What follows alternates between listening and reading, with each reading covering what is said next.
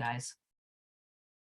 Okay, so with self-care, as healers, as people who care for others, we do sometimes get caught up in the trap of we get so busy that we don't make time to take care of ourselves because we're too busy taking care of others, or we feel selfish about making ourselves a priority.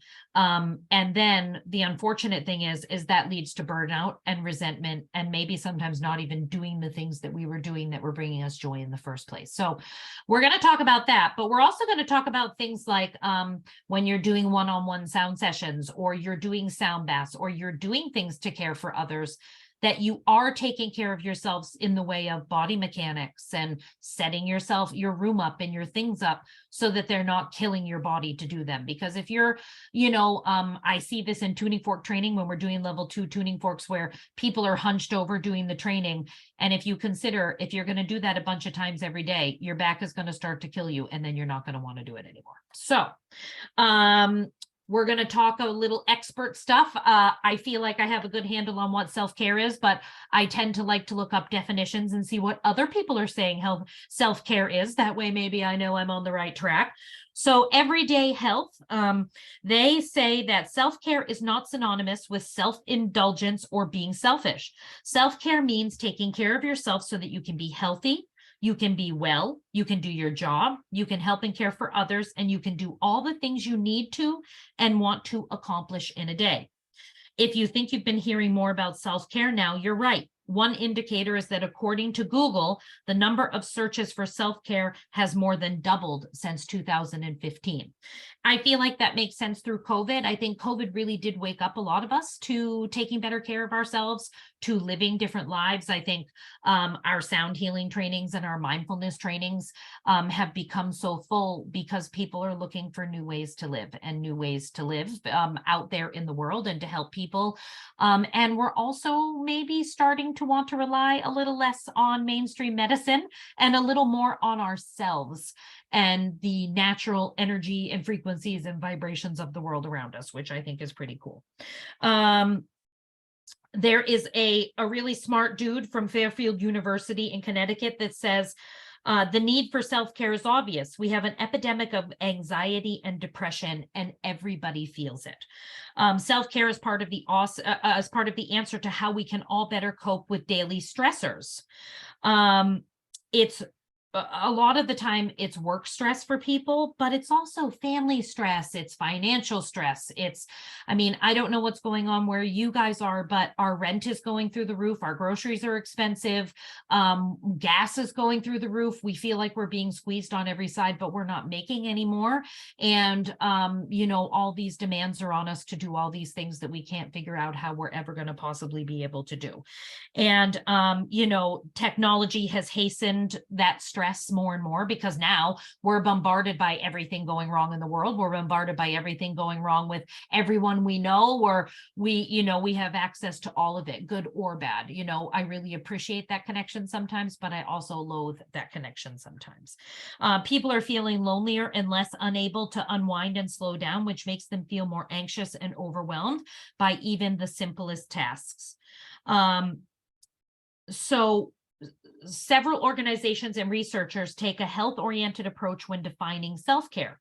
The World Health Organization defines self-care as the ability of individuals, families, and communities to promote health, prevent disease, maintain health, and to cope with illness and disability with or without the support of a healthcare provider. According to this definition, self-care includes everything related to staying physically healthy, including hygiene, nutrition, and seeking medical care when needed. It's all the steps as an individual can take to manage stressors in his or her life and take care of his or her own health and well-being. It's interesting, that's from a very medical point of view, which I do appreciate, but I think one thing that we do miss in mainstream medicine in this new world is taking care of our energetic body, because as we learn in, I talk a lot about the energy body in our level 2 sound healing program, where stuff gets stuck out here in all of these layers of our energy. And if we don't clear them away, they will eventually reach this physical layer and they will manifest as disease. We also don't take into consideration this beautiful nerve that we have within our body called the vagus nerve, which innervates from our brain. They're cranial nerves that run just behind our ears. They flow down the neck. They form one main trunk, and then they innervate into the rest of the chest, the abdomen, down into the, down into your small and large intestines.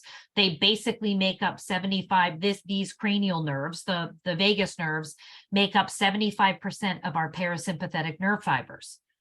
Well, stimulating the vagus nerve can certainly help people recover from lots of different things, but we just don't. There are so many things that are cool within our body and even outside of our body that we could address that we just don't, that could really make a huge difference. And I think the things that we're doing in this world now are the things that we should be doing for self-care. And they're things that we are offering to others for their own self-care.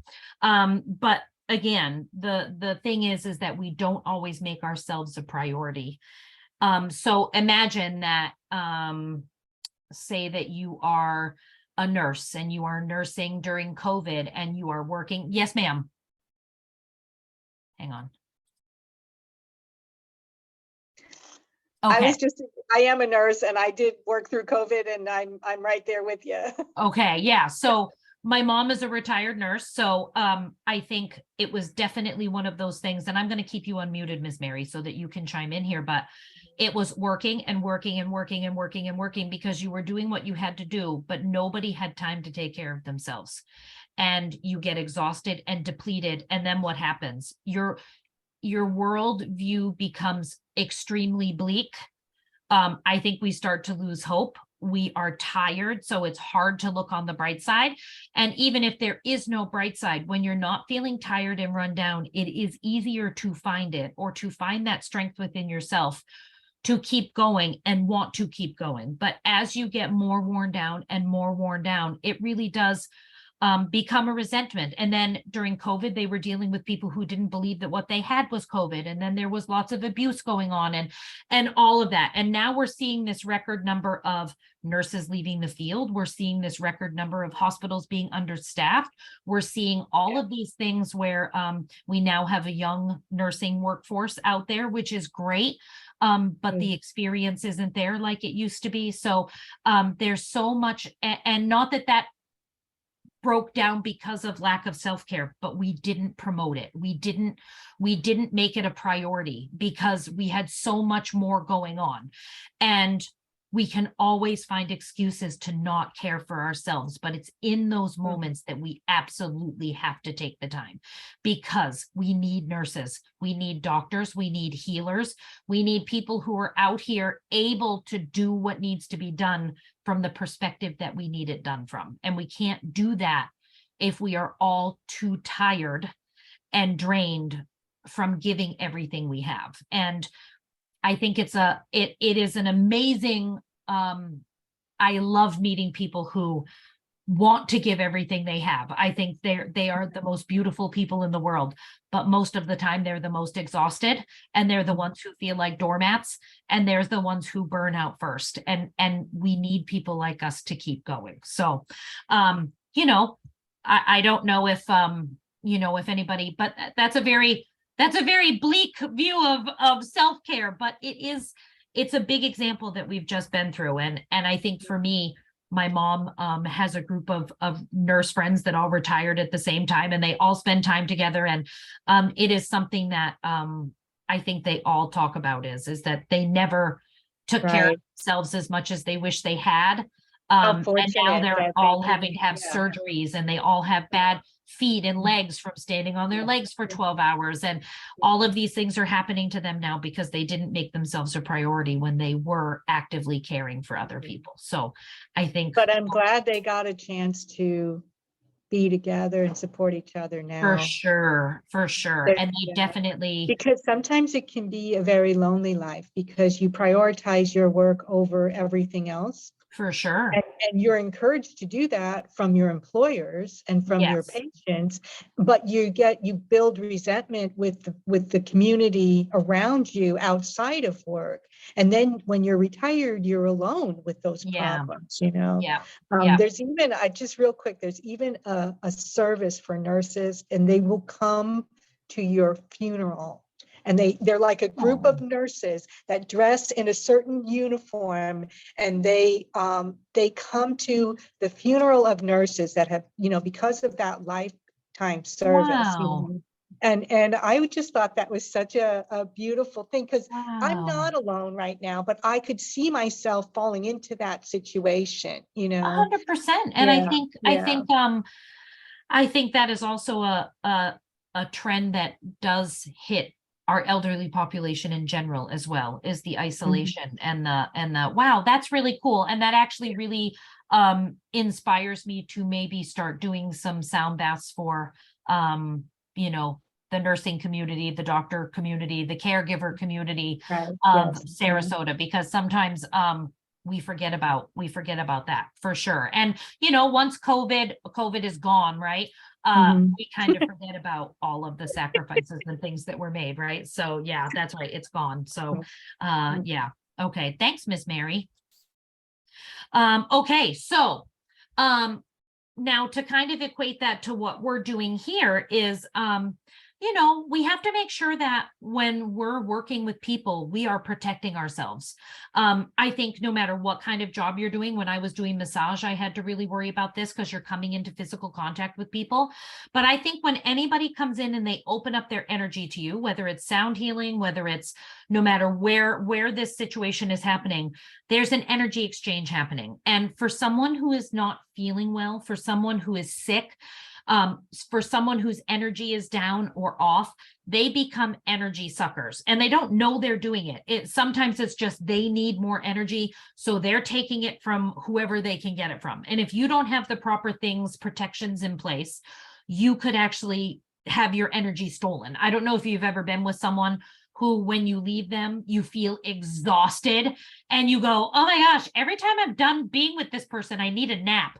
Yes, they are sucking your energy away. So just make sure that when you guys are, you know, up in the morning, the very first thing that I do in the morning when I get up is I put my bubble of protection around myself. So for me, and Rosemary, you guys have probably heard this before because you know, if you've ever taken a class with me or heard me speak in any way, I do not like to keep everything out of my bubble and keep everything in my bubble.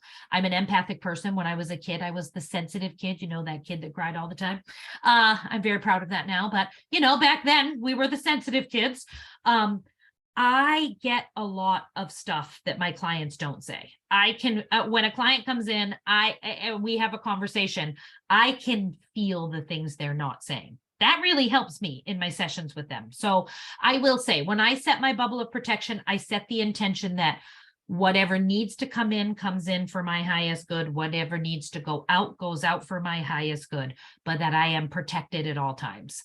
And that others are protected from me, because let me tell you, sometimes, some days I'm not perfect. I'm like Godzilla walking around here. Sometimes I need people protected from my energy, maybe. So I always make sure that I set my intention for whatever comes in, comes and goes, is for my highest good and everyone around me. And then I trust that that's what's going to happen.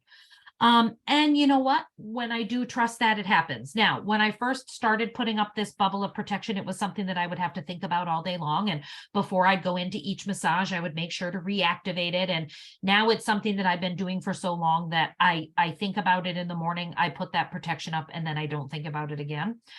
So if you start out and you go, oh my gosh, I feel like this is a lot of work. It feels like a lot of work at first, but the more you do it, it's like a muscle, the more it builds up. So definitely make sure you're doing that. I think the other thing that we have to do is we have to take minutes throughout the day. So I downloaded this app called Plum Village. It's Thich Nhat Hanh's his place, the place where he was living, his I don't know what they call it, a retreat center or his village that he was in. They have a bell that rings there. So you can actually, on this app, you can ask to be added to there, and every hour you get donged a bell that comes right from there. It's their bell. It's a big giant ring gong that they chime. And so I am so used to it now. I love it. Whenever I hear it, it's just two bong, bong. It forces me, and I don't even, it's something that I don't even think about. I have now habituated myself to, when I hear it, whatever I'm doing, I take a deep breath. It happens every hour on the hour. And I will say it's awesome. Even if I'm just tooling around my house, I hear it, I take a deep breath, and I am instantly in a better place. Hang on. Yes, Miss Rosemary. I think you have to unmute yourself. Yeah. Okay. So what happens during the night if you have that app on your phone? I have at night, my do not disturb comes on, so I don't hear it overnight. I right, okay. silence my phone at night, but during the day. And when I'm in with my aesthetics clients, I don't have it on, like anything like that. But if I'm just around my house, or I'm driving, or like I'm on the airplane today, I'm headed to Houston today to do some training this afternoon, then I will have it on just because. And I will say, I will hear it, and I don't even think about it anymore. I take a deep breath, my shoulders drop, and I instantly feel better. So, you know, that is something for self-care that you can also do. Set a timer for every couple of hours. If you can't do it every hour, I mean, for me, like I said, if I'm in with a facial client for 3 hours, I can't do it. But most of the time I'm in there listening to spa music and playing sound healing instruments. I'm kind of doing that anyway. So, but set a timer if you need to, you know, for every couple of hours that goes off, so that you can stop what you're doing, unclench your jaw, drop your shoulders, and breathe. And really, if you can do circular breathing or box breathing, so in for a count of 4, hold for a count of 4, out for a count of 4, hold for a count of 4, in for a count of 4, hold for a count of 4, out for 4, hold for 4. That's one of the best ways to really reset the nervous system, is any sort of box breathing, circular breathing, anything like that. So taking the time to set our alarms and do these things throughout the day is a form of self-care. Self-care doesn't have to be this grand gesture. It doesn't have to be this class that you do every day. Oh, I'm taking a class today. That's my self-care. Well, for some of us, that's a pain in the ass, and they can't get out and do those things. And I don't have time for that sometimes. So sometimes for me, that act of self-care is just setting my alarm and taking a deep breath. Now, I will say though, I do have other things in place, like journaling. I do meditate. Whatever it is that you do, walking the beach, doing Zumba, doing a yoga class, you know, talking to your best friend as you're walking around the neighborhood, going to get good food, whatever it is that you do that fills your cup up, don't do that thing. We tend to do those things like, oh, this is a reward. Why is it a reward? The things that make us happy and that make us feel good are things that we should be doing all the time. So if walking with your best friend down the block and you go, oh, I don't have time for that, you make time for that. This life, we're going to come to the end of it, and we're going to realize that we didn't make the time for anything that was important. So we need to make ourselves a priority. And again, I know that that makes us feel selfish and it makes us feel a certain way, but we can't take care of other people if we can't even be here for ourselves. And this is the one thing that we can do to do that. Meditation, not everybody is a big meditator, but meditation is a great way to drop down into your body. It's all about mind-body connection. So take an ecstatic dance class. Ecstatic dance is one of the main ways that I self-care these days. It makes my body feel amazing. So if you don't have an ecstatic dance class, or even for doing it for yourself, I'll turn on the 80s channel on my radio. I'll blast it in my house, and I will just dance around my house for a couple songs. And ecstatic dance, which is a somatic movement, it's a somatic thing. Somatic movement is done in such a way that it removes and releases stuck emotions and trapped trauma from our body. And how we do that is we drop down into our body and we move our body the way we feel it wants to be moved. So I'll stick on the 80s channel. I'll close my eyes for a second. I kind of move around a little, and then I don't think. I just move. And by moving my body in whatever way it feels like it wants to move, it is releasing everything. Not only that, but my back feels better, my neck feels better, my legs feel better, everything feels better. It's moving better. I feel freer. And that mind-body connection is what we're trying to achieve. Because when we feel tired or when our body is betraying us with illness or whatever it is, we live in our heads because this body is betraying us. When we feel like our mind is maybe losing control, we drop down into our body and then we don't live in our mind and we're disconnected. We can't live a fulfilled life in our true frequency if we're disconnected. It's all about the mind-body connection. That's what mindfulness is.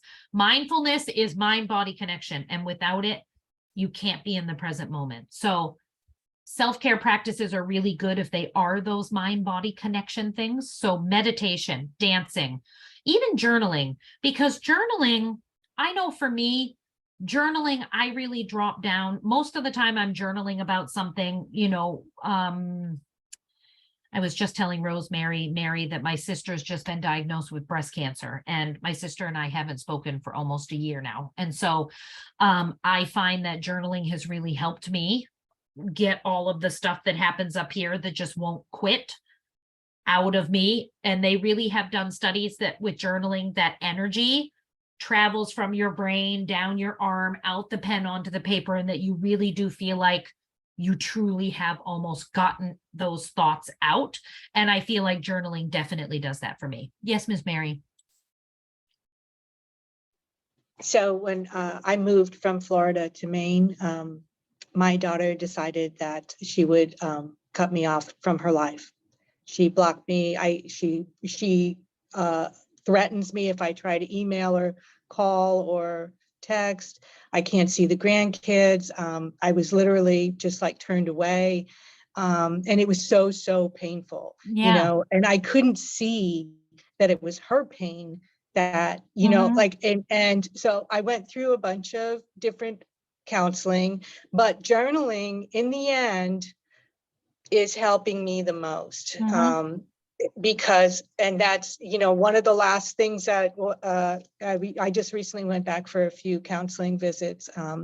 And she was saying, when you just write it out and then try to get back to sleep, because it'll hit me, it'll hit at different times. Yeah. And it is so painful, and so, but the more that I was able to talk about it with professionals, the more that I was able to write about my feelings and get them out, so I wouldn't drive other people crazy. Or, I'm around a bunch of strangers in a new job, you don't want to just be like, yeah. Yeah. Anyhow, it's still painful and it still hurts. And it's literally like a grief, like I'm going through the stages of grief, and I don't know where it's going to end, but, sure. But I hear what you're saying, and I'm glad that something is helping you with your struggle. Yeah. You too. It's a tough thing. And journaling is a practice that I give all of my clients to do for themselves as homework. I feel like when somebody comes in for a one-on-one session or we have any sort of counseling of any kind, I am always giving them journaling, because I think, and I'm not a super huge stream of consciousness journaler. It doesn't come naturally to me. I didn't keep a diary when I was a kid. I'm a bullet point journaler, but for me, that's how my brain works. Just get it out. It's now it's out and I'm done with it and I can move on. So, my mom was a nurse. Let's just get this shit done so we can move on and get moving through life, right? So that's even how my journaling style is. I feel like, let's just get it done so I can get it out and move on. So, there's lots of different ways journaling, and none of these practices have to look a certain way. Okay. Whatever it is that you need to do for self-care. I guess I wanted to do this class this week just to remind everyone that we are important in all of this. And the cool thing about sound healing, and when you're doing a sound bath, you are receiving the vibrations back. So you are getting healing at the same time. At the same time, though, you're a facilitator and you are still holding space for others, and you are still putting your intention out there, and it is still a little bit of work. Okay. So while I do accept that sound healing is also healing you, I challenge you to do something else besides just doing sound baths for other people as your self-care, because you are also taking care of others. And again, I get that for some of us, that is self-care for us. But again, I challenge you to find something else that you can do that's just for you. Now, also, here's some other things to think about. I carry tuning forks around in my purse.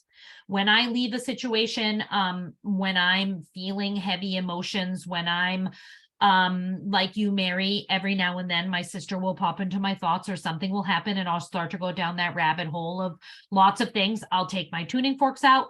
I hold them up to my ears. Right now I have a nail file, but I hold them up to my ears and I just breathe through it. And I allow those tuning forks to carry those emotions away. And I really have been digging into using tuning forks for my own self-care. I'm taking some more classes. I'm going to be creating some more advanced classes for you guys. So I'm taking some advanced classes myself to learn some new things.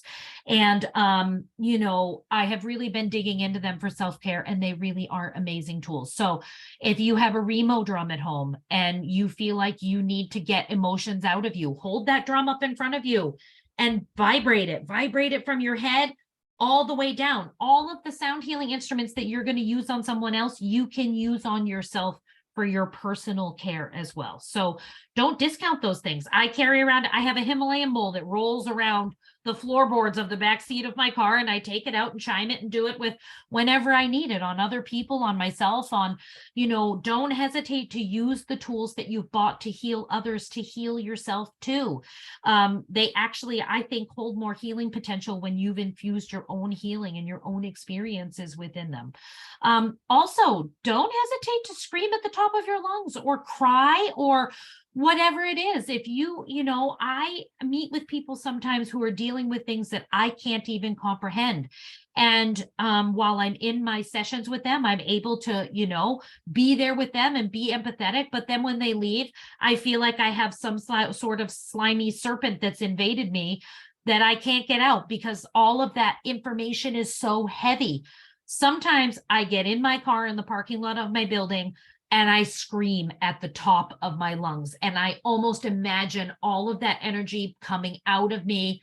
Nobody can hear me. Nobody thinks I'm being bludgeoned in my car. Nobody, it's one of those things. If you can't do it in your parking lot, if you can't do it, pull over on the side of the road, pull into a Publix parking lot, whatever.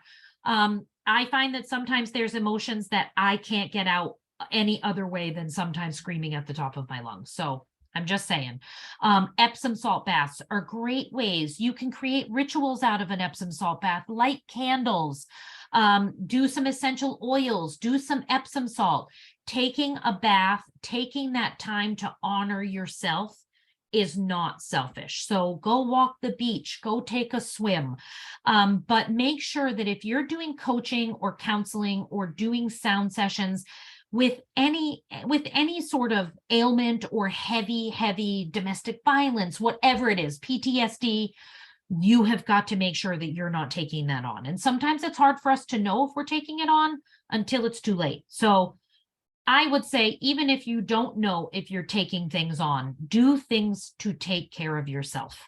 And that would be Epsom salt baths, walking the beach, taking a yoga class, doing a dance class, going in and taking a friend's sound class so you can actually just lay there and enjoy it, taking part in meditations, doing the things that you know we want to do. The other form of self-care, and I want to touch on this a little, I know we got started a little late, but is body mechanics and things like that too. So when we're doing sound healing, when we're doing one-on-one sound sessions, if you guys are doing massage therapy, whatever it is that you're doing in your job, I want you to take a moment, whether you're a cashier that's doing this movement all day, I want you to take a moment and check in with yourself, whatever it is that you're doing. Miss Mary, if you sit behind a desk all day, Rosemary, whatever you're doing all day, if it's yoga, I want you to take a full day and think about your body mechanics. I want you to think about how you sit in your chair. I want you to think about how you reach across your desk like this to grab something when you could simply spin your chair around and go to get it. Because when we're stressing our bodies out to do our work, no matter what that work is, it makes it harder if we're making it harder on our bodies. When we're doing sound healing, I see so many people doing this because their table is too low. Oh my goodness, your back is going to kill you. And then you're not going to want to do this work anymore because it's going to be too painful, or you're going to have to sit in a stool, or you're going to have to do something that's going to make the job harder for you. So in massage school, it was drilled into us about the body mechanics. So instead of hunching your shoulders over, drop your legs, bend at your knees. If you need to raise your massage tables up, raise your massage tables up. There's nothing wrong with that. If you need to lower your massage table because you have it up here and you're working like this, lower your massage table so you can put your shoulders down. If you are sitting at a desk and your desk is too low, see what you can do about raising it up. I think a lot of us step into our work situation and we go, well, this is just how it is. This is my desk and this is how it is, but it doesn't have to be how it is. So I encourage you to consider even looking at your work environment and your daily environment and seeing how you can make things easier on your body and on yourself. And another form of self-care even is organization. I know that for me, when my office is a disaster, when my calendar is a disaster, when I'm not up to date on my phone and appointments in my books, and when I feel like I'm falling behind, or when my life feels like it's in complete disarray, if I organize my office or I clean my house, I feel like, I don't know, somehow all of that chaos starts to funnel and I have control over something. And then that almost kind of flushes out into the rest of my life as well. And then I find that, okay, now I can organize this and now I can organize this. So baby steps, one step at a time. If you feel like you have no self-care practices at all right now, choose one thing and do it for the next couple weeks and then add on. Don't get rid of that thing, but add on. And then maybe in a couple weeks, do 2 things a week that you're doing for self-care. You know, the hope is that you're doing little things every day. Again, it can be just as easy as setting an alarm every couple hours and taking a deep breath. But just take the time to make yourselves aware and remind yourselves. And if you don't know this, I'm going to tell you both. You are important. And you are worthy of care. And we sometimes are the only ones who can facilitate that care for ourselves. So, you know, make sure that you're making yourselves a priority out there, because I see it a lot in our sound healing classes where people are taking 1 million classes and they want to heal people and they want to do so much, but they're overwhelmed already and they're tired and they're not doing anything to care for themselves. And we have to get in the mindset that we have to be a priority here also.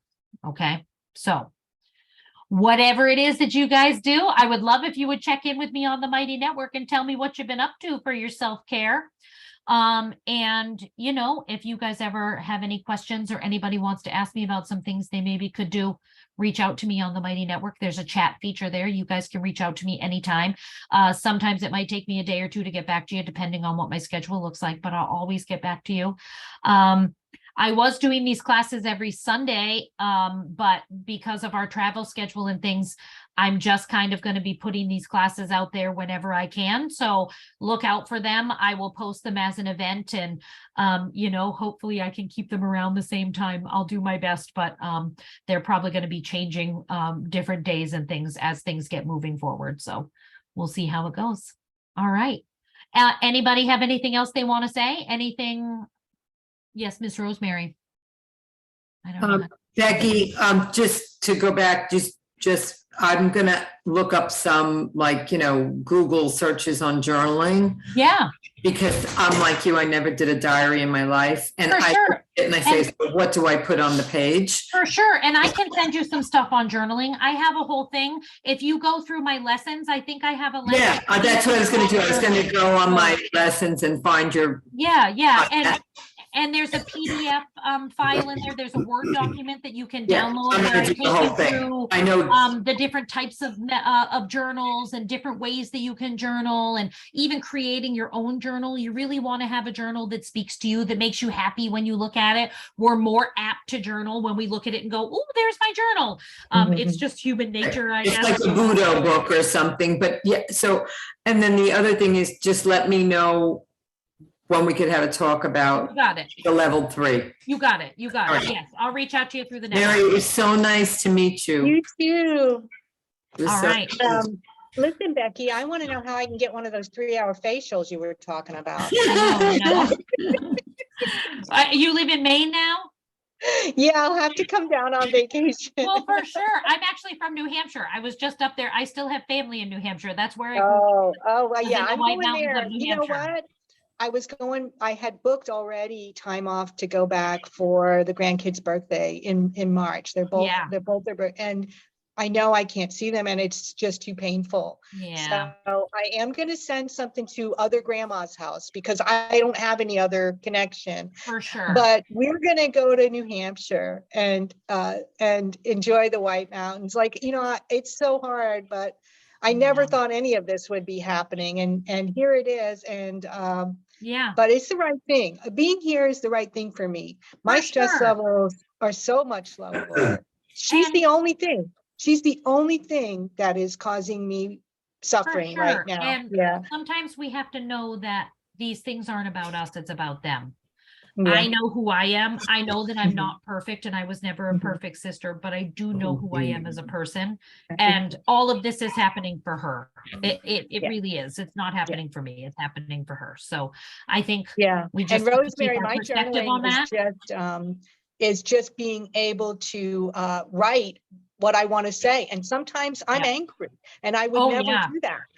I could see that she was having a hard time, and Yeah. it made me uncomfortable, and I didn't give her the space. And then a bunch of other stuff happened that we Yeah. couldn't control. And then I left, and it was just like, she was just like, I'm not interested in talking to you anymore. Like, Yeah. don't call me, Yeah. and, Do you have Yeah. any other children? huh? You Yeah, have- my son. So I've got one that I can't get rid of, and one that doesn't. Can he talk to her? Can He does. Oh, yes, he does. Yeah.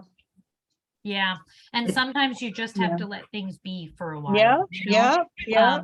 With my sister, we just have to let it be Mhm. because Yeah. pushing doesn't help. And pushing Right. isn't for her. Pushing is about me. I want the answers and I want, but she doesn't care. That's Mhm. about me. So Yeah. I think, Yeah, sometimes, my sister had breast cancer. She was diagnosed with advanced breast cancer and lived for 10 years. yeah. And yeah, there was about 2 years of that where we lived a mile from each other and we did not see each other. yeah, Yeah. She tried to do what my daughter did. And like I said, I don't think I'm a bad person. I don't think I'm worthy of being cut out of people's lives. yeah. But And because she was dying, I couldn't leave her alone. So I Yeah. started calling her. I would drive down to the end of her street and I would call her on the phone, and she didn't know Yeah. I was down there. And we would talk on the phone for like an hour yeah, every week, yeah, while she lived a mile from me. yeah, And, and then in the end, we resolved, but yeah. But- yeah. And I just Yeah. hope I put it out to the universe that whatever is supposed to happen in this situation happens, and then I just let it Thank go. you This so is the third person, though, I've heard about sisters, one of them having breast cancer where they stopped talking. And I Yeah. think it has something to do with the, like your childhood, and competition and this and that, and Yeah. shame, and you don't want to be seen as, Yeah. not, I definitely knew too much as an oncology nurse. Oh, I yeah. knew too much. Yeah. yeah, For And sure. she wanted to be in control. right. And Sure. she knew And- that she and told that's- me That's yeah. totally what's And happening. then my other in our sister thought the situation. same thing as you, Rosemary. My other sister thought that she had just gone, she just wasn't right in the head anymore. All of the trauma, all of the meds, all of the disease. And she was like, she wasn't herself. So, and Yeah. everybody else could see that, but we were too locked in. Yeah. But anyhow, thank you. Thank you so much. Yeah. Bye, Becky. guys. Have a great day. Of course, I was multitasking, but Hey, the words still get in there, you yeah, know? look, I took notes. I love it. All right, you two beautiful ladies, have a great day. We'll talk. Thank Bye now. you. Bye. Bye. So Bye. glad I came.